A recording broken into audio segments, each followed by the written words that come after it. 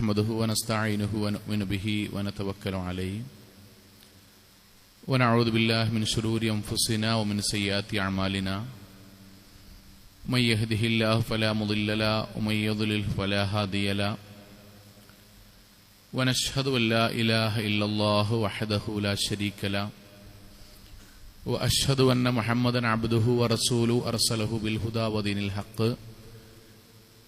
ليظهره على الدين كله ولو كره المشركون اللهم صل على محمد وعلى آل محمد كما صليت على إبراهيم وعلى آل إبراهيم إنك حميد مجيد اللهم بارك على محمد وعلى آل محمد كما باركت على إبراهيم وعلى آل إبراهيم إنك حميد مجيد أما بعد فإن أصدق الكلام كلام الله وخير الهدي هدي محمد صلى الله عليه وسلم وشر الأمور محدثاتها وكل بدعة ضلالة وكل ضلالة في النار أعوذ بالله من الشيطان الرجيم بسم الله الرحمن الرحيم يا أيها الذين آمنوا اتقوا الله حق تقاته ولا تموتن إلا وأنتم مسلمون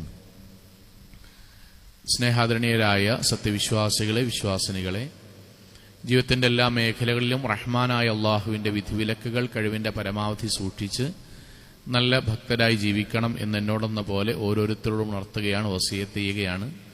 അള്ളാഹു നമ്മെ എല്ലാവരെയും അനുഗ്രഹിക്കുമാറാകട്ടെ. സാധാരണയായി നമ്മുടെ നാടുകളിൽ ഏതെങ്കിലും ഒരു വീട്ടിൽ ഒരു മരണം നടന്നാൽ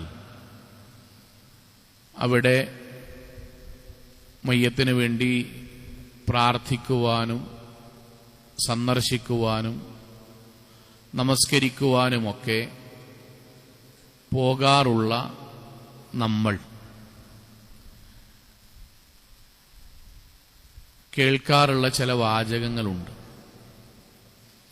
ആ മരണപ്പെട്ടുപോയ വ്യക്തിയുടെ ബന്ധുമിത്രാദികൾ അദ്ദേഹത്തോടുള്ള അദമ്യമായ ഇഷ്ടത്തിൻ്റെ ഭാഗമായി പറയുന്ന ചില വാചകങ്ങൾ. ഞങ്ങളെ വിട്ടുപോയല്ലോ. ചിലരങ്ങനെയാണ് പറയാറുള്ളത്. മറ്റു ചില ആളുകൾ ഇത്ര പെട്ടെന്ന് പോയല്ലോ, ഇനി എങ്ങനെയാണ് ഞങ്ങൾ തനിച്ചു ജീവിക്കുക? അല്ലാഹുവേ, എങ്ങനെയാണ് ഇത് ഞങ്ങൾക്ക് ഉൾക്കൊള്ളാൻ കഴിയുക? ഇങ്ങനെയുള്ള ഒരുപാട് ഹൃദയത്തിൽ നിന്ന് വരുന്ന വാചകങ്ങൾ നമ്മൾ കേൾക്കാറുണ്ട്. നമ്മുടെ ഏറ്റവും അടുത്ത ബന്ധുക്കളോ പ്രിയപ്പെട്ടവരോ മരണപ്പെട്ടു പോയപ്പോഴും നമ്മളും ഇങ്ങനെയൊക്കെ സംസാരിച്ചവരുമാണ്. സത്യസന്ധമായി നമ്മളൊന്ന് ആലോചിച്ചു നോക്കിയാൽ ഈ പറയുന്നത് ആരോടാണ് യഥാർത്ഥത്തിൽ പറയുന്നത്? നിങ്ങൾ ഞങ്ങളെ വിട്ടുപോയല്ലോ എന്നത് ആരോടാണ് പറയുന്നത്? ഞങ്ങളിനി ഒറ്റയ്ക്ക് എങ്ങനെ ജീവിക്കും എന്ന് നമ്മൾ ആരോടാണ് പറയുന്നത്? എങ്ങനെ ഞങ്ങൾക്കിത് സഹിക്കാൻ കഴിയും എന്ന് ആരോടാണ് പറയുന്നത് എന്ന ചോദ്യത്തിനൊറ്റ ഉത്തരമേ ഉള്ളൂ. ആ മരണപ്പെട്ടു പോയ ആളോടാണ് നമ്മൾ പറയുന്നത്. പക്ഷെ അദ്ദേഹം കേൾക്കുന്നില്ല. അദ്ദേഹം ഒന്ന് കേട്ടിരുന്നെങ്കിൽ എന്ന് നമ്മൾ ആഗ്രഹിച്ചുകൊണ്ട് പറയുന്ന വാചകമാണ്. കേൾക്കുന്നില്ല എന്ന് മാത്രം. സഹോദരങ്ങളെ, ഓരോ മരണം സംഭവിക്കുമ്പോഴും ആ മരിച്ചുപോയ ആളോട് നമ്മൾക്ക് പറയണം എന്ന് തോന്നുന്ന ചില വാക്കുകളാണ് ഈ പറഞ്ഞതെല്ലാം. എന്നാൽ എന്തെങ്കിലും നമ്മൾ തിരിച്ചാലോചിച്ചിട്ടുണ്ടോ? നമ്മളിൽ നിന്ന് വിട പറഞ്ഞു പോയ ആളുകൾ, നമ്മുടെ വാപ്പയാകാം, അമ്മയാകാം, ബന്ധുക്കളാകാം, അള്ളാഹു അവർക്കൊക്കെ സ്വർഗം നൽകുമാറാകട്ടെ. അവരുടെ ഖബറിടം അള്ളാഹു വിശാലമാക്കുമാറാകട്ടെ. സഹോദരങ്ങളെ, അവർ നമ്മളെ വിട്ടു പോയല്ലോ. അവരിപ്പോൾ രക്ഷാശിക്ഷകൾ അനുഭവിക്കുന്നുണ്ടാകുമല്ലോ. അവർ നമ്മളോട് പറയാൻ ആഗ്രഹിക്കുന്ന ചില കാര്യങ്ങൾ ഉണ്ടാവൂലേ? അവർ നമ്മളെ വിട്ടു പോയതിനു ശേഷം ഇന്നവർ അനുഭവിക്കുന്ന അനുഭവത്തിൽ നിന്ന് അവർ പറയുന്ന ചില വാക്കുകൾ ഉണ്ടാവുകയില്ലേ? നമ്മൾക്ക് കേൾക്കാൻ അല്ലാഹു കേൾവിശക്തി നൽകിയിരുന്നുവെങ്കിൽ അവർക്ക് പറയാൻ അല്ലാഹു സംസാരശക്തി നൽകിയിരുന്നുവെങ്കിൽ അവർ നമ്മളോട് ഉറപ്പായും പറയുന്ന ചില കാര്യങ്ങൾ ഉണ്ടാകുമായിരുന്നില്ലേ? ഉറപ്പായിട്ടും ഉണ്ടാകും. ചിലരെങ്കിലും അത് കേൾക്കണമെന്ന് ആഗ്രഹിക്കുന്നുണ്ടാകും. സഹോദരങ്ങളെ, 4 കാര്യങ്ങൾ നമ്മളിൽ നിന്ന് വിട പറഞ്ഞു പോയ മഹാഭൂരിപക്ഷം ആളുകളും നമ്മളോടായി പറയാൻ ആഗ്രഹിക്കുന്ന കാര്യങ്ങളാണ്. ജീവിച്ചിരിക്കുന്ന നമ്മളോട് നമ്മളിൽ നിന്ന് വിട പറഞ്ഞു പോയ ഓരോരുത്തരും ഇന്ന് പറഞ്ഞുകൊണ്ടേയിരിക്കാൻ സാധ്യതയുള്ള 4 കാര്യങ്ങളുണ്ട്. ഒന്നാമത്തേത്, അവർ പറയുന്നുണ്ടാകും, നിങ്ങൾ ഞങ്ങളെപ്പോലെ ആകരുത് എന്ന്. നമ്മുടെ മരണപ്പെട്ടുപോയ മാതാപിതാക്കൾ നമ്മളോട് പറയുന്നുണ്ടാവും, മോനെ മോളെ, നീ വാപ്പാനും ഇമ്മാനും പോലെ ആകരുത് കേട്ടോ. നമ്മുടെ ജ്യേഷ്ഠനോ അനിയനോ ഇഷ്ടപ്പെട്ട ആളുകളോ നമ്മളോട് പറയുന്നുണ്ടാകും, നീ സഹോദരാ, കൂട്ടുകാരാ, നീ ഞങ്ങളെപ്പോലെ ആകരുത് എന്ന്. എന്താണ് അങ്ങനെ പറയുന്നതിന്റെ അർത്ഥം? അതിന്റെ അർത്ഥം, നമ്മളിൽ നിന്ന് വിട പറഞ്ഞു പോയ 1000 ആളെ എടുക്കുക. ആ 1000 ആളുകളിൽ എത്ര ആളുകളാണ് സ്വന്തം മരണത്തെക്കുറിച്ച് ആലോചിക്കുകയും ഒരുങ്ങുകയും അള്ളാഹുവിന്റെ തൃപ്തിക്ക് വേണ്ടി ജീവിച്ച് ബോധ്യത്തോടുകൂടി മരണപ്പെട്ടു പോവുകയും ചെയ്ത എത്ര ആളുകൾ ഉണ്ടാകും? 1% ആളുണ്ടാവും. ബാക്കി എല്ലാ ആളുകളും അള്ളാഹുവിന്റെ ദീനിൽ അവനവന്റെ മരണത്തെക്കുറിച്ചുള്ള ആയത്തുകളും ഹദീസുകളും കേൾക്കുമ്പോഴും, എന്തിനേറെ ഏതെങ്കിലും ഒരാൾ മരണപ്പെട്ട് ഇന്നാ ലില്ലാഹി വ ഇന്നാ ഇലൈഹി റാജിഊൻ, അല്ലാഹുവേ അവരെ പോലെ ഞങ്ങളും നിന്നെ കണ്ടുമുട്ടേണ്ടവനാണ് എന്ന് പറയുമ്പോൾ പോലും മനസ്സിൽ എന്താണെന്നറിയോ? ഇപ്പോഴോ, ഈ സമയത്തോ, ഈ ഒരു അവസ്ഥയിലോ, ഈ ഒരു ആരോഗ്യത്തിലോ അങ്ങനെയൊന്നും ഉണ്ടാവുകയില്ല എന്ന് നാവുകൊണ്ട് പറഞ്ഞിട്ടില്ലെങ്കിലും നമ്മുടെ മനസ്സുകൊണ്ട് നമ്മൾ ഉറപ്പിച്ചു വെച്ച കാര്യമായിരുന്നു. ഇപ്പോഴൊന്നും നമ്മൾ പോവുകയില്ല. സഹോദരങ്ങളെ, ഖുത്ബയിൽ കേൾക്കുന്നുണ്ട്, ആയത്തുകൾ കേൾക്കുന്നുണ്ട്, ഇസ്തഇദ്ദു കയൗമിക്കും ഹാദാ, ഇതുപോലെയുള്ള അവനവന്റെ മരണത്തെയും പരലോകത്തിനും വേണ്ടി ഒരുങ്ങി നിൽക്കണം കേട്ടോ എന്ന് കേൾക്കുമ്പോഴും നമ്മുടെ മനസ്സിലുള്ളത് എന്തെന്നറിയുമോ?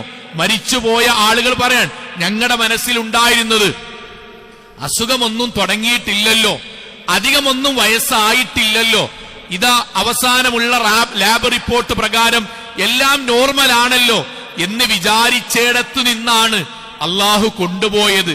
പരിഗണിച്ചതുപോലുമില്ല അള്ളാഹു ഞങ്ങളുടെ പ്രായത്തെ, പരിഗണിച്ചതുപോലുമില്ല അള്ളാഹു ഞങ്ങളുടെ ആഗ്രഹത്തെ, പരിഗണിച്ചതുപോലുമില്ല അള്ളാഹു ഞങ്ങളുടെ സമ്പത്തിനെ. ഒരു ദിവസം കൊണ്ടുപോയി. സഹോദരങ്ങളെ, മക്കളെ, ഭൂമിയിൽ ജീവിച്ചിരിക്കുന്നവരെ, ഞങ്ങൾ പ്രതീക്ഷിക്കാതെയാണ് ഈ ദുനിയാവിൽ നിന്ന് അള്ളാഹു കൊണ്ടുപോയത്. അതേ അവസ്ഥ നിങ്ങൾക്കും വരരുതേ എന്ന് 1000 തവണ നമ്മുടെ ബന്ധുമിത്രാദികൾ പറയാൻ ആഗ്രഹിക്കുന്നുണ്ടാകും. സഹോദരങ്ങളെ, നിങ്ങൾ കണ്ടില്ലേ, നമ്മൾ വായിച്ചില്ലേ, സ്വന്തം മകളുടെ വിവാഹത്തിന്റെ അന്ന് നാട്ടിലുള്ള ആളുകളെ മുഴുവൻ സ്വന്തം കുട്ടിന്റെ കല്യാണത്തിന് ക്ഷണിച്ചു. മകളുടെ നിക്കാഹ് അവിടെ വെച്ച് നടന്നു. അവിടെയുള്ള പണ്ഡിതൻ നിക്കാഹ് ഖുത്ബ നടത്തി, വലിയന്റെ കൈപിടിച്ച് വരനെ ഏൽപ്പിച്ച് പ്രാർത്ഥന ചൊല്ലി ആളുകൾക്ക് വലീമ കൊടുക്കാൻ.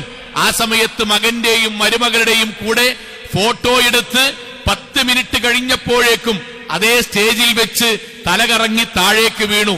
നമ്മൾ ആലോചിക്കണം, സ്വന്തം മകൾ പുതുമണവാട്ടിയായി നടന്നു പോകുന്നത് കിനാവ് കണ്ട അതേ പന്തലിൽ, അതേ ഓഡിറ്റോറിയത്തിൽ, അതേ ജനങ്ങളുടെ മുന്നിൽ വെച്ച് ഒരു വാപ്പയുടെ മയ്യത്ത് കൊണ്ടുപോകാൻ.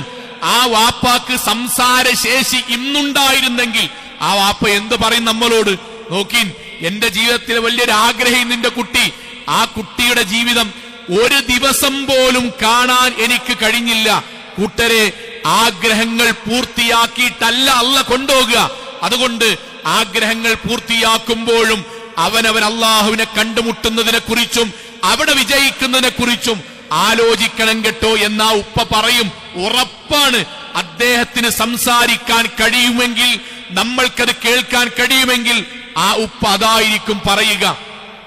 പത്രത്തിൽ നമ്മൾ കഴിഞ്ഞ ആഴ്ചയാണ് വായിച്ച്, 24 25 വയസ്സുള്ള 3-4 ചെറുപ്പക്കാരാണ് യാത്ര പോയി. യാത്ര കഴിഞ്ഞ് ആ വാഹനത്തിന്റെ ഡ്രൈവറായ കൂട്ടുകാരൻ 3 കൂട്ടുകാരെയും വീട്ടിലിറക്കി അവന് സ്വന്തം വീട്ടിലേക്ക് വാഹനമായിട്ട് പോകാൻ. കണ്ണറിയാതെ ചുമ്മി. താഴ്ന്നു. ലോറിയുമായി വണ്ടി കൂട്ടിമുട്ടി, കീഴ്മേൽ മറിഞ്ഞു. രക്തത്തിൽ കുളിച്ച് ആശുപത്രിയിൽ കൊണ്ടുപോകുന്നതിനിടയിൽ 23 വയസ്സുകാരൻ പിടഞ്ഞു മരിച്ചു. സഹോദരങ്ങളെ, അവൻ ഇന്നൊരാഴ്ചയായി ഖബറിലാണ്. അവന് സംസാരശേഷി ഉണ്ടായിരുന്നെങ്കിൽ എന്റെ പ്രിയപ്പെട്ട യുവാക്കളെ, യുവതികളെ, അവൻ എന്തായിരിക്കും പറയാ? അവൻ പറയുന്നുണ്ടാകും, കൂട്ടുകാരെ, ഞാനിതാ ഇവിടെ ഒറ്റക്കാണ്, ഇരുട്ടിലാണ്, ഞാൻ മരിക്കും വരെ കട്ടക്ക് കൂടെയുണ്ടാകുമെന്ന് പറഞ്ഞ എന്റെ കൂട്ടുകാരും ഇന്നില്ല. എനിക്കാണ് ചോദ്യങ്ങൾ, എനിക്കാണ് ഉത്തരം പറയേണ്ടത്.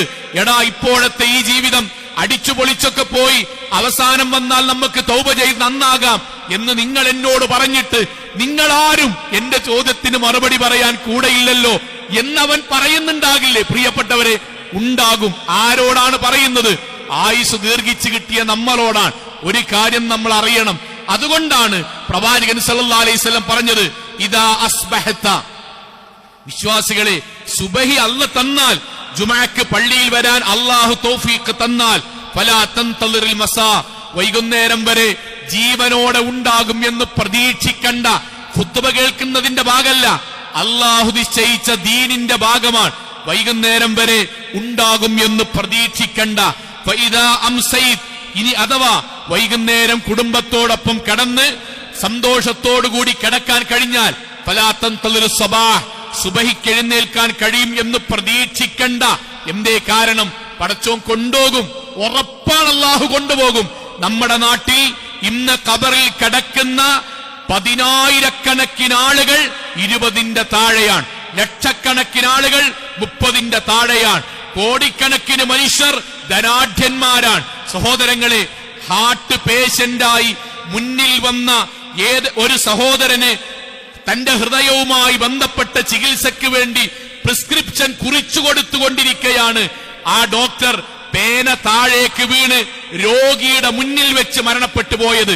തന്റെ ഡോക്ടർ അള്ളാഹുവിന്റെ തൗഫീഖോടുകൂടി തന്നെ രക്ഷിക്കുമെന്ന് വിചാരിച്ച് വന്ന പേഷ്യന്റിന്റെ മുന്നിൽ നിന്ന് ധനാഢ്യനായ, വിശ്വഗ്വരനായ, ഹാർട്ടിന്റെ ഓരോ പൾസുകളും നരമ്പ് പിടിച്ച് മനസ്സിലാക്കി ട്രീറ്റ്മെന്റ് നടത്തുന്ന ഒരു ഡോക്ടർ രോഗിയുടെ മുന്നിൽ വെച്ച് കീഴ്മേൽ മറിയുമ്പം അള്ളാഹു നമ്മളോട് പറഞ്ഞ വാചകാൻ നമ്മുടെ മനസ്സിന്റെ ബോധ്യം ഉണ്ടാകണം.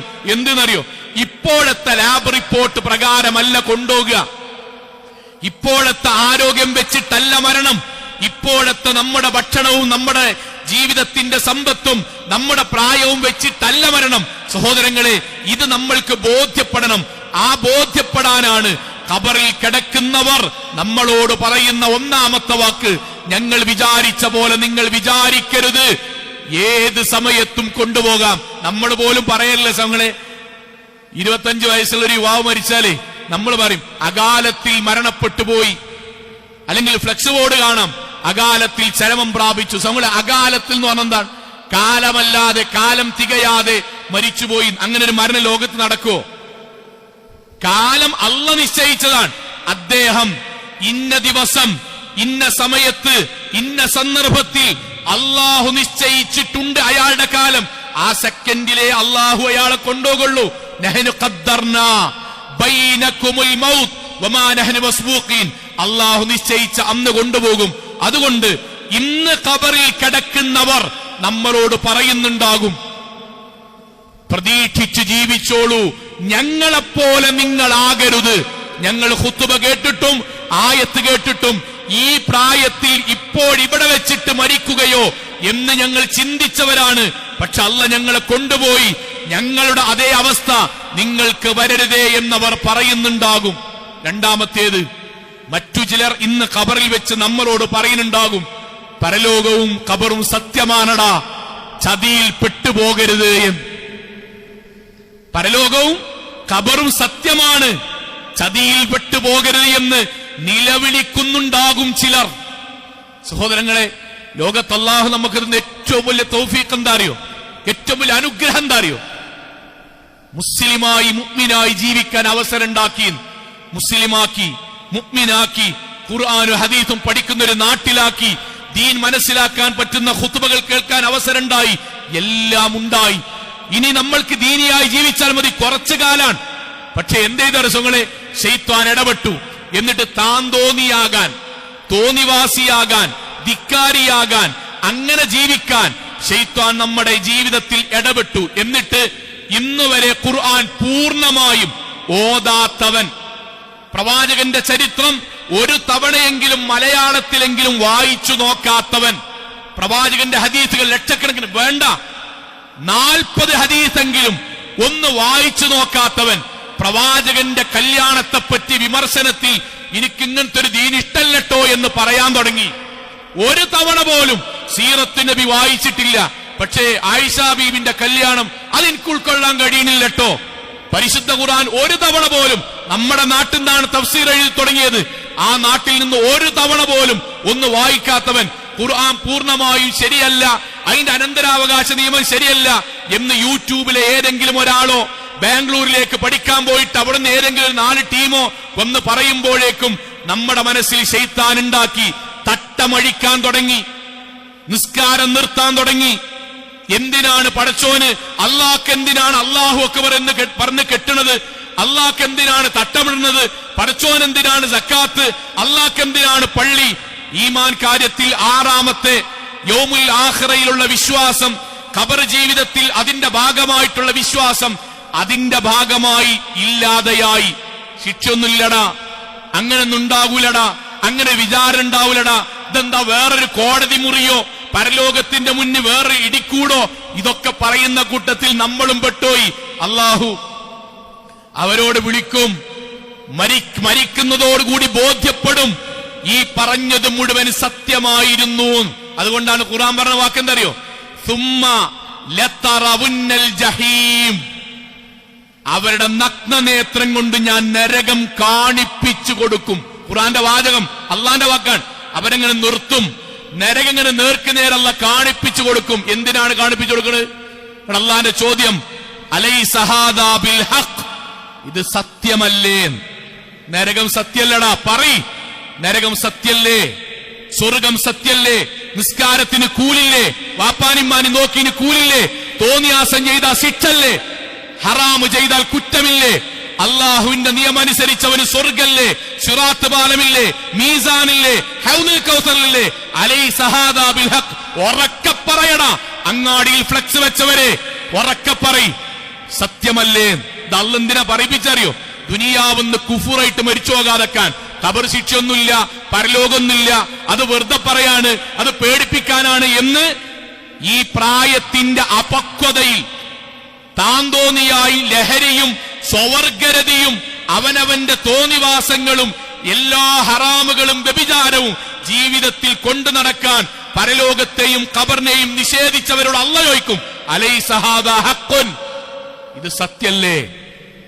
അവിടെ വെച്ച് നമ്മൾ പറയും, നമ്മളല്ലാണ്ട് പറയും, ഖാലൂ ബലാ, പടച്ചോനെ സത്യാണ്, ഖബർ സത്യാണ്, ഖബർ സത്യമാണ്, ഞാൻ എവിടെ വെച്ച് മരിച്ചാലും ഖബറിന്റെ അനുഭവം ഉണ്ടാവും, എനിക്ക് സത്യമാണ്. പക്ഷെ അല്ലാഹുവിന്റെ വാക്ക് വറബ്ബനാ, പടച്ചോനെ, ഖാല, അപ്പല്ല പറയും, ഫദൂഖു അൽ അദാബ് ബിമാ കുൻതു തക്ഫുറൂൻ, ദുനിയാവെന്ന് ധിക്കരിച്ചില്ലായിരുന്നോ? പരലോക വിശ്വാസം, ഖബർ വിശ്വാസം, ദൈവവിശ്വാസം, ഈമാൻ, ഇഖ്ലാസ്, ഇതൊക്കെ വിഡ്ഢികൾക്കും വിവരമില്ലാത്തവർക്കും ബുദ്ധിയില്ലാത്തവരും പാരമ്പര്യമായി ഇൻഹാദാ ഇല്ലാ അസാതീറുൽ അവ്വലീൻ, ഇത് പാരമ്പര്യമായ കെട്ടുകഥയാണ് നീ പറഞ്ഞിട്ടില്ലായിരുന്നോ? എന്നിട്ട് ഇവിടെ വന്നിട്ട് കണ്ണുകൊണ്ട് കണ്ടപ്പനക്ക് ബോധ്യായില്ലേ നിനക്കതിന്റെ ശിക്ഷ വരുന്നുണ്ട്. സഹോദരങ്ങളെ, അതിന്റെ 1ാം ഘട്ടം ഖബറിൽ അനുഭവിക്കുന്നവർ നമ്മളോട് വിളിച്ചു പറയുന്നുണ്ടാകും. സഹോദരങ്ങളെ, നിരീശ്വരവാദികളെ, നിർമ്മതവാദികളെ, അല്ലല്ലാന്ന് പറയണോലെ, ഖബറില്ലാന്ന് പറയണോലെ, പരലോകത്ത് വിചാരണയില്ല എന്ന് പറയണോലെ, ഞങ്ങൾ അനുഭവിക്കുന്നുണ്ട്, അതുകൊണ്ട് ദയവ് ചെയ്ത് ചതിയിൽ പെടരുത്, നിങ്ങളെങ്കിലും നന്നാകണം എന്നവർ പറയുന്നുണ്ടാകും. അള്ളാഹു കാത്തിരക്ഷിക്കുമാറാകട്ടെ. സഹോദരങ്ങളെ, 3ാമത്തെ വിഭാഗം ഉണ്ടാകും, ഖബറിൽ നിന്ന് പറഞ്ഞുകൊണ്ടിരിക്കുണ്ടാകും. എന്താണെന്നറിയോ? എന്താ അവർ പറയുണ്ടാകറിയോ? വിഡ്ഢികളായി മരിച്ചു പോകരുതേ കൂട്ടരെ, ഞങ്ങളെപ്പോലെ. എന്താ വിഡ്ഢികളായി മരിച്ചു പോകരുതേ? ഒരു കാര്യം അറിയാം സോളെ, ഞാനും നിങ്ങൾ എല്ലാവരും അറിയാം, ലോകത്ത് മുസ്ലിമീങ്ങളിൽ നന്നാകരുത് എന്ന് തീരുമാനിക്കുന്ന ഒരാളുമില്ല. ഈ ഇരിക്കുന്നതിൽ ആരെങ്കിലും, അങ്ങാടിയിൽ ഒരാൾ ഞാൻ നന്നാകൂല എന്ന് പറഞ്ഞ ആരെങ്കിലും ഉണ്ടോ? പിന്നെ എങ്ങനെയാ സ്വർഗവും നരകവും തീരുമാനിക്കപ്പെടുന്ന അറിയോ? നന്നാകുവാൻ സമയമുണ്ടല്ലോ, തിരുത്തുവാൻ സമയമുണ്ടല്ലോ, ശരിയാകുവാൻ സമയമുണ്ടല്ലോ എന്ന ശൈത്വാനീയത്തിന് അടിമപ്പെട്ടുകൊണ്ട് നരകത്തിലേക്ക് പോകുന്നവരാണ് മുസ്ലിമീങ്ങളിൽ നരകത്ത് പോണോല്. മുസ്ലിമീങ്ങൾ നരകത്ത് പോണവരാരറിയോ? നന്നാകാൻ സമയമുണ്ടല്ലോ എന്ന ശൈത്വാനീയത്തിൽപ്പെടുന്നവർ. ഒറ്റ വാചകം ആലോചിച്ചാൽ മതി. നാളെ മുതൽ നന്നാകാം എന്ന് വിചാരിച്ച 10,000-കണക്കിന് മനുഷ്യർ ഇന്ന് ഖബറിലുണ്ട്. നാളെ മുതൽ നന്നാകാന്ന് വിചാരിച്ചിട്ടുണ്ടായിരുന്നു. അള്ള കൊണ്ടുപോയി, പടച്ചോൻ കൊണ്ടുപോയി. സഹോദരങ്ങളെ, ഖബറിൽ കിടക്കുന്ന അള്ളാഹുവിന്റെ ശിക്ഷയ്ക്ക് വിധേയമായിട്ടുണ്ടെങ്കിൽ അവർ പറയുന്നുണ്ടാകും, എടാ ഞങ്ങൾക്ക് ആഗ്രഹമുണ്ടായിരുന്നു, അവിഹിതം നിർത്തണമെന്ന് ഞങ്ങളും കൊതിച്ചിരുന്നു, പലിശയിൽ ഒഴിവാകണമെന്ന് ഞങ്ങളും കൊതിച്ചിരുന്നു, ഹറാമായ കാര്യം ഒഴിവാക്കണമെന്ന് ഞങ്ങളും കൊതിച്ചിരുന്നു, നിസ്കാരമൊക്കെ തുടങ്ങണമെന്ന് ഞങ്ങളും കൊതിച്ചിരുന്നു, ഇസ്ലാമിക വേഷം ധരിക്കണമെന്ന് ഞങ്ങളും കൊതിച്ചിരുന്നു, ദീനിയായി ഖുർആൻ അനുസരിച്ച് ജീവിക്കണമെന്ന്. പക്ഷെ ടൈമുണ്ടല്ലോ. ഖില്ലത്തുൽ അമൽ, കുറഞ്ഞു പ്രവർത്തിക്കുമ്പോഴും തൂലൽ അമൽ, സമയമുണ്ടല്ലോ എന്ന് ശൈത്താൻ തോന്നിപ്പിച്ചു. അതിൽ ഞങ്ങൾ പെട്ടുപോയി. നിങ്ങൾക്കത് വരരുത്, നിങ്ങൾക്കത് വരരുത്. പ്രവാചകന്റെ ഹദീസ് എന്താ അറിയോ? നമ്മളോട് പ്രവാചകൻ നേർക്കുനേരെ സംസാരിക്കും പോലെ തോന്നും. പ്രവാചകന്റെ വാക്ക്, ഇന്നല്ലാഹ യുഖ്ബിലു തൗബ. അല്ലാഹു ഒരു മനുഷ്യൻ എത്ര തെറ്റ് ചെയ്താലും 80 കൊല്ലോ 90 കൊല്ലോ ഒരു വക്ത് നിസ്കരിക്കാതെ തെറ്റ് മാത്രം ചെയ്ത് പിന്നീട് പശ്ചാത്താപമുണ്ടായി അയാൾ നന്നാകണമെന്ന് തീരുമാനിച്ചാൽ, എത്ര കോടിക്കണക്കിന് പാപം ചെയ്ത് അയാൾ നന്നാകണം എന്ന് തീരുമാനിച്ചാൽ അത് അല്ലാഹു സ്വീകരിക്കും. ഏതുവരെ? മാലം യുഗർഗർ, മരണം തൊണ്ടക്കുഴിക്കെത്തുന്നത് വരെ. യുവാക്കളെ, വാപ്പാരെ, ഉമ്മാരെ, ബിസിനസ്സുകാരെ, അധ്യാപകരെ, നമ്മൾ നിലവിൽ നമ്മുടെ ജീവിതത്തിൽ ഹറാമുണ്ടെങ്കിൽ അറ്റാക്ക് വരുന്നത് വരെ കാത്തിക്കരുത്. നമ്മളെ കൊണ്ടുപോയി ആശുപത്രി കൊണ്ടുവന്നിട്ട് ആംബുലൻസ് ആൾക്കാര് ഡോക്ടർ മുമ്പ് പറഞ്ഞ വാചകം തിരിച്ചു കിട്ടൂല എന്നാ പറയണില്ലേ എന്ന് തിരിച്ചൊന്നും പറയാൻ കഴിയാതെ അവരുടെ കൈകളിൽ ആംബുലൻസിൽ കിടക്കുമ്പം, പടച്ചോനെ ഇന്റെ സക്കാത്ത്, ഞാൻ കൊടുത്തു വീട്ടേണ്ട കാര്യങ്ങൾ, ഞാൻ ഒഴിവാക്കേണ്ട ഹറാമുകൾ, എന്റെ ഫോണിലും എന്റെ ലാപ്ടോപ്പിലുമുള്ള തോന്നിയാസങ്ങൾ, ആരാരും അറിയാതെ ഞാൻ ചെയ്യുന്ന പച്ചയായ വ്യഭിചാരങ്ങൾ, പടച്ചോനെ തൗബ ചെയ്യാനൊരു അവസരല്ലേ എന്ന് ആലോചിച്ച് അങ്ങനെ മരിക്കുന്നൊരവസ്ഥ ഉണ്ടല്ലോ.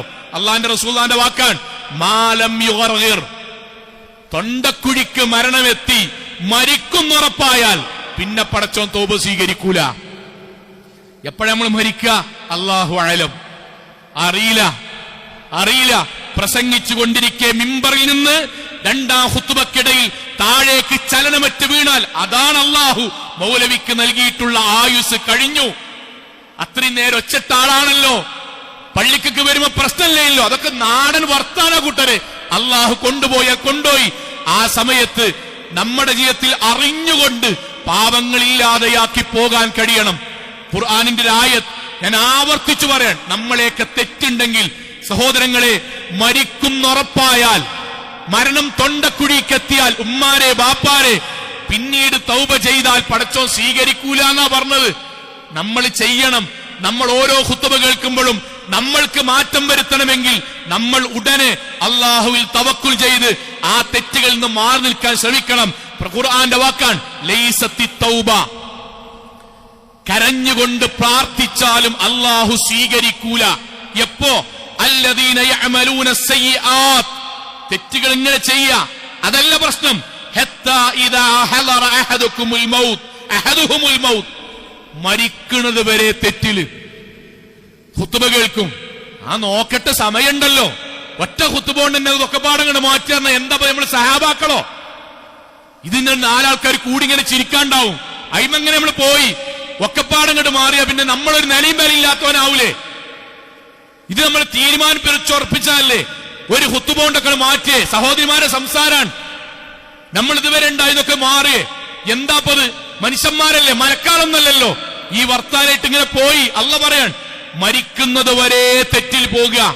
കാല മരിക്കും എന്നുറപ്പാകുമ്പോ അവനവന്റെ കയ്യ് സ്വിച്ചിടുന്ന സമയത്ത് ഷോക്കടിച്ചിട്ട് കൈയിങ്ങനെ വിറച്ചിട്ട് മരിക്കുമെന്നുറപ്പാകുമ്പോ എതിർദിശയിൽ നിന്ന് വന്ന വണ്ടി നമ്മുടെ വാഹനത്തിലിടിച്ച് നമ്മുടെ മൂക്കിൽ നിന്നും തലയിൽ നിന്നും ബ്ലഡ് വന്നിട്ട് ആര് രക്ഷിക്കാനില്ലാതെ ഞാനിതാ ഇവിടെ നിന്ന് ഞെരിഞ്ഞമർന്ന് മരിക്കുകയാണ് എന്നെനിക്ക് ബോധ്യപ്പെടുന്ന സമയത്ത്, ഫുട്ബോൾ കളിക്കിടെ മറ്റൊരാൾ കാലുകൊണ്ട് തള്ളിയിട്ട് തല നിലത്തടിച്ച് കൈകൾ ഇങ്ങനെ വെച്ചപ്പോ കൈയിലൂടെ തലയിൽ നിന്ന് വരുന്ന ബ്ലഡ് ഇങ്ങനെ ഒഴുകി തലയും ശരീരവും ഇങ്ങനെ തരിച്ച് ഹോസ്പിറ്റലിലേക്ക് കൊണ്ടുപോകുമ്പം ഞാൻ മരിക്കാണ് എന്ന് ബോധ്യപ്പെടുമ്പം ഇന്നീ തുബുത്തുൽ ആൻ, പഠിച്ചോനെ ഞാൻ നന്നായിക്കോള നാഥ, നിസ്കാരിന്റെത് പലതും പോണ്ട്, ഞാൻ ഇഞ്ഞ് നിസ്കരിച്ചോള നാഥ, ഖുർആനോദിക്കോള നാഥ, അവിഹിതം നിർത്തിക്കോള നാഥ, പലിശ ഒഴിവാക്കിക്കോള നാഥ, ഹറാമായ സമ്പാദ്യം ഞാൻ നിർത്തിക്കോള നാഥ, ജീവിതത്തിൽ കഴിവിന്റെ പരമാവധി തെറ്റുകളില്ലാതെ ജീവിച്ചോള നാഥ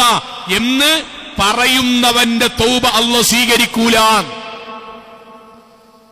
എന്നിട്ട് അല്ലാഹുവിന്റെ വാക്ക് വലല്ലദീന യമൂതൂന വഹും കുഫാർ, അവർ കാഫിറുകളായിട്ടായിരിക്കും മരിക്കുക. ഉണ്ടാകരുത്. ഖബർ കിടക്കണ എത്ര മനുഷ്യർ ഇത് അനുഭവിക്കുന്നുണ്ടോ നിങ്ങൾക്ക് അറിയോ? പള്ളിക്ക് വരാത്തോണ്ടല്ല, ആയത്ത് കേൾക്കാത്തോണ്ടല്ല, കമ്പനി ഇങ്ങോട്ട് കൂടിയിട്ട് കുറച്ച് കഴിഞ്ഞിട്ട് മതിയടാൻ തീരുമാനിച്ചു. അള്ളാഹു കൂട്ടുകാരൻ എഴുതി വെച്ച ആയുസ് 70 അവൻ എഴുതി വെച്ച ആയുസ് 36 ആയിരുന്നു. ഓനോട് കൊണ്ടുപോയി അല്ലാഹ്. ആ 86-ലും 40-ലും നമ്മൾ പെട്ടാൽ ഒരൊറ്റ കുട്ടി ഉണ്ടാവില്ല സഹോദരങ്ങളെ, നമ്മളും അവിടെ വെച്ച് കരയേണ്ടി വരും. 3 കാര്യാ പറഞ്ഞത്.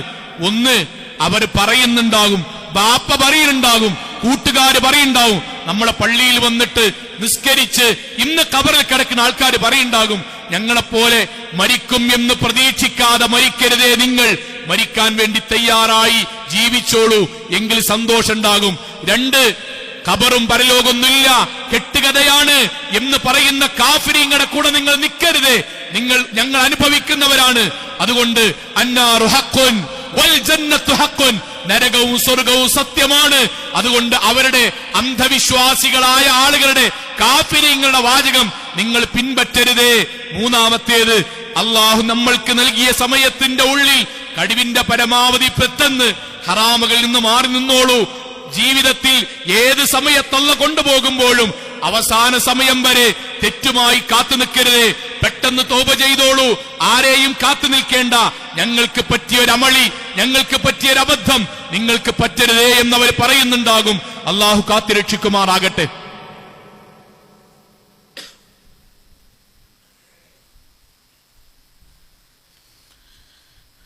അൽഹംദുലില്ലാഹ് വസ്സലാത്തു വസ്സലാമു അലാ റസൂലില്ലാഹ് വഅലാ ആലിഹി വസ്വഹ്ബിഹി അജ്മഈൻ. അമ്മാ ബഅദ്. തഖുല്ലാഹ ഇബാദല്ലാഹ്. ഒരിക്കൽ കൂടി അള്ളാഹുവിനെ സൂക്ഷിച്ചുകൊണ്ട് ജീവിക്കണം എന്ന് എന്നോടെന്ന പോലെ ഓരോരുത്തരോടും ഉണർത്തുകയാണ്.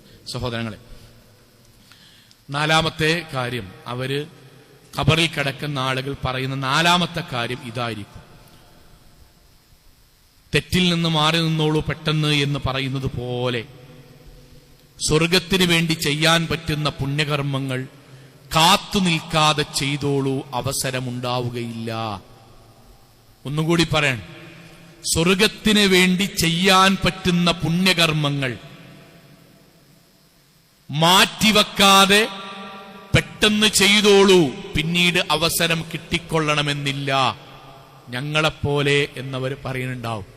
പ്രവാചകൻ സല്ലല്ലാഹു അലൈഹി വസല്ലമേ മരണാസന്നനായി കിടക്കുകയാണ്. നമ്മുടെ മനസ്സിൽ നിന്ന് ഈ സംഭവം പോകരുത് കേട്ടോ. എങ്ങനെയാണ് ജീവിതത്തെ നബി കാണിച്ചെന്നത് എന്നുള്ളത് നമ്മുടെ ഹൃദയത്തിലേക്ക് കൊണ്ടുവരണം. പ്രവാചകൻ സല്ലല്ലാഹു അലൈഹി വസല്ലം മരണാസന്നനായി കിടക്കുമ്പോൾ തുകൽ സഞ്ചി, പ്രവാചകൻ എല്ലാ കടവും അങ്ങനെ വിട്ടിട്ട് തുകൽ സഞ്ചി, അത് പ്രവാചകൻ വിറ്റു. 7 ദീനാർ കിട്ടി. പ്രവാചകൻ സല്ലല്ലാഹു അലൈഹി വസല്ലമക്ക് 3 ദീനാർ കടം വീട്ടാണ്ടേയിരുന്നു. ആ 3 ദീനാർ ഈ 7 ദീനാറിൽ നിന്ന് കടം വീട്ടി. ബാക്കി 4 ദീനാർ മഹദിയായ ഭാര്യ നമ്മുടെ അമ്മ ആയിഷ റളിയല്ലാഹു അൻഹയുടെ കയ്യിൽ കൊടുത്തു. എന്നിട്ട് പറഞ്ഞു, ആയിഷ റളിയല്ലാഹു അൻഹ, ആയിഷ, ഇത് ഈ നാട്ടിലുള്ള 4 ദീനാറുള്ളൂ, പക്ഷെ ഈ നാട്ടിലുള്ള പാവങ്ങൾക്ക് ഇത് കൊടുക്കണം കേട്ടോ എന്ന് പറഞ്ഞു. പ്രവാചകൻ സല്ലല്ലാഹു അലൈഹി വസല്ലം ഇത് പറഞ്ഞ് പ്രവാചകന് കുറച്ച് കഴിഞ്ഞ ഉടനെ ബോധം പോയി. സഹാബാക്കൾ വെള്ളം കൊണ്ടുവന്നു, തലയിലൂടെ ഒഴിച്ചു, ബോധം തെളിഞ്ഞു. ബോധം തെളിഞ്ഞപ്പോൾ പ്രവാചകൻ സല്ലല്ലാഹു അലൈഹി വസല്ലം 2 കാര്യമാണ് ആദ്യം ചോദിച്ചു. ഒന്ന്, നിസ്കാരത്തിന്റെ സമയമായോ? 2-ാമത്തെ ചോദ്യം എന്താ അറിയോ? ആയിഷ ഈ 4 ദീനാർ കൊടുത്തോ? ആയിഷ റളിയല്ലാഹു അൻഹ പ്രവാചകനോട് പറഞ്ഞു, പ്രവാചകരെ ഇല്ല, കൊടുത്തിട്ടില്ല. എന്റെ ആയിഷ കൊടുക്കാൻ? നബി നിങ്ങൾ അത് പറഞ്ഞിട്ട് നിങ്ങൾ ബോധം കെട്ടുപോയില്ലേ? ഞാൻ നിങ്ങളെ ട്രീറ്റ്മെന്റ് അല്ലേ ശ്രദ്ധിക്കുക നബി. സമയമുണ്ടല്ലോ. ആ സമയത്ത് മരണാസന്നനായി കിടക്കുന്ന അഷ്റഫുൽ ഖൽഖ് മുഹമ്മദ് മുസ്തഫ സല്ലല്ലാഹു അലൈഹി വസല്ലം എന്ന വാക്കെന്താ? ആയിഷ, ഞാൻ മരിച്ച അള്ളാന്റെ മുന്നിൽ എത്തുമ്പം ഒന്നുമില്ലാത്തവനായി നിന്റെ മുഹമ്മദ് നബി അള്ളാനെ കണ്ടുമുട്ടണം എന്നാണ് എനിക്ക് ആഗ്രഹമെങ്കിൽ ഇന്റെ കാര്യം നോക്കി ഇവിടെ നിന്നോ. അല്ല, ഞാൻ അവിടേക്ക് എത്തുമ്പോ എനിക്ക് വേണ്ടി പരലോകത്ത് ശുപാർശ പറയുന്ന കുറച്ച് നന്മകൾ ഉണ്ടാകണമെങ്കിൽ ആയിഷ ഞാൻ പറഞ്ഞ സമയം കൊണ്ടുപോയി കൊടുക്ക. ആയിഷ, എന്റെ കാര്യം നോക്കാൻ ബാക്കിയുള്ളവരില്ലേ? ഞാൻ മരിച്ചു. പിന്നെ അതിന്റെ അനന്തര സ്വത്തായില്ലേ ആയിഷ? പിന്നതിന്റെ അനന്തര സ്വത്തായില്ലേ? ആയിഷ കൊടുക്ക്, നീ കൊടുക്ക്. എനിക്ക് പരലോകത്ത് ഞാൻ മരിക്കണീന് മുന്ന് എന്റേതാക്കി മാറ്റണം. ഇത് മനസ്സിലുണ്ടാണം. നമ്മളെല്ലാ തിരക്കും കഴിഞ്ഞ് ഒന്നിന് കഴിയില്ല കൂട്ടരെ, ഒന്നിൽ നമുക്ക് അസുഖം വരും. അപ്പൊ ഈ പൈസ മൊത്തം ട്രീറ്റ്മെന്റിന് വേണ്ടി വരും. അല്ലെ നമ്മളെ കുടുംബത്തിന് അസുഖം വന്നാൽ കഴിഞ്ഞ് നമ്മളെ ആഗ്രഹം ഉണ്ടാവും, ഇന്നതിന് പോണം, ഇന്നതിന് കൊടുക്കണം, ഇന്ന ഭാഗത്തൊക്കെ ഉണ്ടാവണം. ഇപ്പോഴുള്ള ഈ കാലം ഉണ്ടല്ലോ, ഈ കാലഘട്ടത്തിൽ ചെയ്യാൻ പറ്റുന്ന പരമാവധി ചെയ്യുക. ഇന്നല്ലെങ്കിൽ നാളെ നമുക്ക് സാമ്പത്തികമായോ ശാരീരികമായോ പ്രയാസം വന്നാലും അള്ളാഹിനോട് സന്തോഷത്തോടുകൂടി പറയാ, പടച്ചോനെ ആവതുള്ള കാലഘട്ടത്ത് നാഥ ഞാൻ നിന്റെ മാർഗത്തിൽ ചെലവഴിച്ചിട്ടുണ്ട്, നാഥ പ്രയാസപ്പെടുമ്പോഴും നീ അതിന്റെ കൂലി നൽകണമേ എന്ന് പ്രാർത്ഥിക്കുക. അല്ലാത്തൊരവസ്ഥ ആലോചിച്ച് നോക്കി. നമ്മുടെ കയ്യിൽ പൈസ ഉണ്ട്, ആരോഗ്യമുണ്ട്, നമ്മൾ ഇൻഷാ അല്ലാഹ് ഇതൊക്കെ ഒന്ന് കഴിയട്ടെ എന്ന് പറഞ്ഞ് വിചാരിച്ചു. കുറച്ചു കഴിഞ്ഞു എന്തെങ്കിലും സാമ്പത്തികമായി താഴേക്ക് വന്നു, മരണം വന്നു, അസുഖം വന്നു, അന്ന് മുഴുവൻ പൈസ ഇതിനു വേണ്ടി ചെലവഴിക്കുമ്പോൾ നമ്മൾ മനസ്സിൽ സങ്കടം ഉണ്ടാവും. ആവതുള്ള കാലത്ത് പടച്ചോനെ നീട്ടിവെച്ചും ചെയ്തു, ഇപ്പോഴാണെങ്കിൽ കൊടുക്കാനും കഴിയില്ല. എന്ത് സമാധാന കൂട്ടരെ കിട്ടുക സഹോദരങ്ങൾ. അതുകൊണ്ട് ഉള്ള സമയത്ത് ഇൻഷാ അല്ലാഹ് നമ്മളെ കൊണ്ട് കഴിയുന്ന നന്മകൾ മരിക്കണീന്റെ മുന്നിൽ ചെയ്യണം. ഖുർആനിന്റെ ഒരു ആയത്ത് കൂടി പറയാൻ, ഇഖ്തറബ ലിന്നാസി ഹിസാബുഹും. അള്ളാഹുവിന്റെ ഒരു അധ്യായം തുടങ്ങാട്ടോ. ജനങ്ങൾക്ക്, നമ്മക്ക്, ഈ മഹലിലെ നമ്മക്ക് അള്ളാഹുവിന്റെ വിചാരണ തൊട്ടടുത്ത് എത്തി നിൽക്കുകയാണ്. ആരുതാണ് അറിയില്ല, നമ്മളൊക്കെ അതിൽ പെട്ടതാണ്, ഞാനടക്കെ അതിൽ പെട്ടതാണ്. തൊട്ടടുത്ത് നിൽക്കാൻ. പക്ഷേ വഹും ഫീ ഗഫ്ലത്തിൻ മുഅരിദൂൻ. തൊട്ടടുത്ത് മരണത്തിന്റെ ഡേറ്റ് എത്തിയ മഹാഭൂരിപക്ഷം ആൾക്കാരും അതിനെക്കുറിച്ചും സ്വർഗം കിട്ടുവാൻ നന്മകൾ ചെയ്യുന്നതിനെ കുറിച്ചും അശ്രദ്ധമായി നീട്ടിവെച്ചുകൊണ്ടേയിരിക്കുകയാണ്. അതിൽ നമ്മൾ ഉണ്ടാകരുത്, ഒരിക്കലും ഉണ്ടാകരുത്. എന്നും മരിച്ചവരെ കുറിച്ച് ആലോചിക്കുക, അവർക്ക് വേണ്ടി പ്രാർത്ഥിക്കുക. ആ പ്രാർത്ഥിക്കുമ്പോഴും ഇതാലോചിക്കുക, അവർ നമ്മളോട് എന്തായിരിക്കും പറയുന്നുണ്ടാകുക, അവരെന്തായിരിക്കും പറയുന്നുണ്ടാകുക. എടാ ഞാൻ പോയപ്പം വീട് പണി ഒരു നിലയല്ലേ ആയതുള്ളൂ, ബാക്കി ഫുള്ളായിക്കണോന്ന് പോലെ കബർന്ന് ചോദിക്കുന്നുണ്ടാകുമോ? ഞാൻ പോകുമ്പോ നമ്മളെ പാർട്ടി പഞ്ചായത്തിൽ ആകെ ഒരു സീറ്റല്ലേ ഉണ്ടായിരുന്നുള്ളൂ, ബാക്കി പാർട്ടിയുടെ ഭരണം ഉണ്ടായിക്കണോ എന്ന് ചോദിക്കുന്നുണ്ടാകുമോ? അല്ല, എടാ ഇന്നെപ്പോലെ ആകരുതിട്ടടാ, ഖബറിലെ ശിക്ഷയും രക്ഷയും സത്യാനിട്ടടാ, അമല സ്വാലിഹാത്തുകൾ പെട്ടെന്ന് ചെയ്തു വന്നോടാ, ഹറാമുകൾ പരമാവധി പെട്ടെന്ന് ഒഴിവാക്കിക്കടാ, എന്നിട്ട് മുഅ്മിനായി സ്വർഗത്തിന്റെ കവാടം ഖബറിലേക്ക് കിട്ടുന്നവനായി എന്റെ കൂടെ വാടാ എന്നായിരിക്കും അവർ പറയാ. അള്ളാഹു അനുഗ്രഹിക്കുമാറാകട്ടെ. നമ്മുടെ ജീവിതത്തിൽ വന്നുപോയ ചെറുതും വലുതുമായ മുഴുവൻ തെറ്റുകുറ്റങ്ങൾ റഹ്മാനായ നാഥ നീ ഞങ്ങൾക്ക് വിട്ടു പുറത്തു മാപ്പാക്കി തന്നെ റഹ്മാനെ. കത്തിയാൾ നരകത്തിൽ നിന്നും കഠിനമായ ശിക്ഷയിൽ നിന്നും അതിശക്തമായ പരലോകത്തിലെ വിചാരണയിൽ നിന്നും നാഥ നീ ഞങ്ങളെല്ലാവരെയും കാത്തുരക്ഷിക്കണമേ റഹ്മാനെ. അള്ളാഹുവെ, കൂടുതൽ കൂടുതൽ നന്മകൾ ചെയ്യാനും പുണ്യങ്ങൾ ചെയ്യാനും മരിക്കുന്നതിന്റെ മുൻപ് അമലു സ്വാലിഹാത്തുകൾ വർദ്ധിപ്പിച്ച് മരണപ്പെട്ടു പോകാനും നാഥ ഞങ്ങൾക്ക് ഈമാനും തൗഫീഖും നൽകി അനുഗ്രഹിക്കണമേ റഹ്മാനെ. അള്ളാഹുവെ, ഹറാമായ തെറ്റായ നരകം കിട്ടുന്ന കാര്യത്തിൽ നിന്ന് നാഥ തൗബ ചെയ്ത് പെട്ടെന്ന് മടങ്ങി സംശുദ്ധരായ ഈമാനോടുകൂടി ജീവിക്കുവാൻ നാഥ നീ ഞങ്ങൾക്ക് തഖ്വ നൽകി അനുഗ്രഹിക്കണമേ റഹ്മാനെ. അള്ളാഹുവെ, ഞങ്ങളെ വിട്ടുപിരിഞ്ഞു പോയ ഞങ്ങളുടെ മാതാപിതാക്കൾ, ബന്ധുമിത്രാദികൾ, ഞങ്ങളുടെ സഹോദരങ്ങൾ, ഞങ്ങളുടെ ജീവിതത്തിൽ അത്രയും കാലം ഞങ്ങളെ സഹായിച്ചവർ നാഥ അവിടെ ഖബർ ജീവിതം നീ പരിശുദ്ധമാക്കി കൊടുക്കണമേ റഹ്മാനെ. അള്ളാഹുവെ, ഞങ്ങളുടെ കുടുംബജീവിതത്തിൽ സമാധാനവും സന്തോഷവും നൽകി നീ അനുഗ്രഹിക്കണമേ റഹ്മാനെ. അള്ളാഹുവെ, ഗൾഫ് നാടുകളിലും കേരളത്തിന്റെ വ്യത്യസ്ത ഭാഗങ്ങളിലും കുടുംബത്തിന് വേണ്ടി കഷ്ടപ്പെടുന്ന ഒരുപാട് ബന്ധുമിത്രാദികളും ജ്യേഷ്ഠാനുജന്മാരും മാതാപിതാക്കളും ഉണ്ട് നാഥ. നീ അവർക്കെല്ലാം ജീവിതത്തിൽ സമാധാനവും സന്തോഷവും ഹലാലായ വരുമാനവും നൽകി അനുഗ്രഹിക്കണമേ റഹ്മാനെ. അല്ലാഹുവേ, ഞങ്ങളുടെ വരുമാനങ്ങളിൽ നീ ബർക്കത്ത് ചൊരിയണമേ റഹ്മാനെ. അല്ലാഹു ഞങ്ങളുടെ ജീവിതത്തിൽ സമാധാനം നൽകണമേ റഹ്മാനെ. അല്ലാഹുവേ, ലോകത്തെവിടെ വെച്ച് എങ്ങനെ മരണപ്പെടേണ്ടി വന്നാലും ശിർക്കില്ലാതെ, ബിദ്അത്തില്ലാതെ, ഖുറാഫാത്തില്ലാതെ ധീര മുവഹിദുകളായി അംബിയാ മുർസലീങ്ങളെ കണ്ണുകൊണ്ട് നേരിട്ട് കാണുന്നവരായി ഈ ദുനിയാവിൽ നിന്ന് വിട പറഞ്ഞ് സ്വർഗം ലഭിക്കുന്നവരുടെ കൂട്ടത്തിൽ നാഥ നീ ഞങ്ങളെല്ലാവരെയും ഉൾപ്പെടുത്തി അനുഗ്രഹിക്കണമേ റഹ്മാനെ. അല്ലാഹുവേ, സൽക്കർമ്മങ്ങൾ കൊണ്ട് സ്വർഗം ലഭിക്കുന്നവരിൽ ഞങ്ങളെ നീ ഉൾപ്പെടുത്തണമേ റഹ്മാനെ. പുണ്യകർമ്മങ്ങൾ കൊണ്ട് സ്വർഗം ലഭിക്കുന്നവരുടെ കൂട്ടത്തിൽ നീ ഞങ്ങളെ ഉൾപ്പെടുത്തി അനുഗ്രഹിക്കണമേ റഹ്മാനെ. സദഖത്തുൻ ജാരിയ കൊണ്ട് സ്വർഗം ലഭിക്കുന്ന വിശ്വാസികളിൽ നാഥ നീ ഞങ്ങളെ ഉൾപ്പെടുത്തി അനുഗ്രഹിക്കണമേ റഹ്മാനെ. അല്ലാഹുമ്മ ഗഫിർ ലിൽ മുഅ്മിനാത്ത് വൽ മുസ്ലിമീന വൽ മുസ്ലിമാത്ത് അൽ അഹ്യാ മിൻഹും വൽ അംവാത്ത് ഇന്നക മുജീബു ദഅവാതി യാ ഖാദിയൽ ഹാജാത്ത്. അല്ലാഹുമ്മ അജ്ർനാ മിനൻ നാർ, അല്ലാഹുമ്മ അജ്ർനാ മിനൻ നാർ, അല്ലാഹുമ്മ അജ്ർനാ മിനൻ നാർ. റബ്ബനാ ആതിനാ ഫിദ് ദുനിയ ഹസന വഫിൽ ആഖിറതി ഹസനത വഖിനാ അദാബൻ നാർ. ആമീൻ ആമീൻ ആമീൻ ബിറഹ്മതിക യാ അർഹമർ റഹീമീൻ.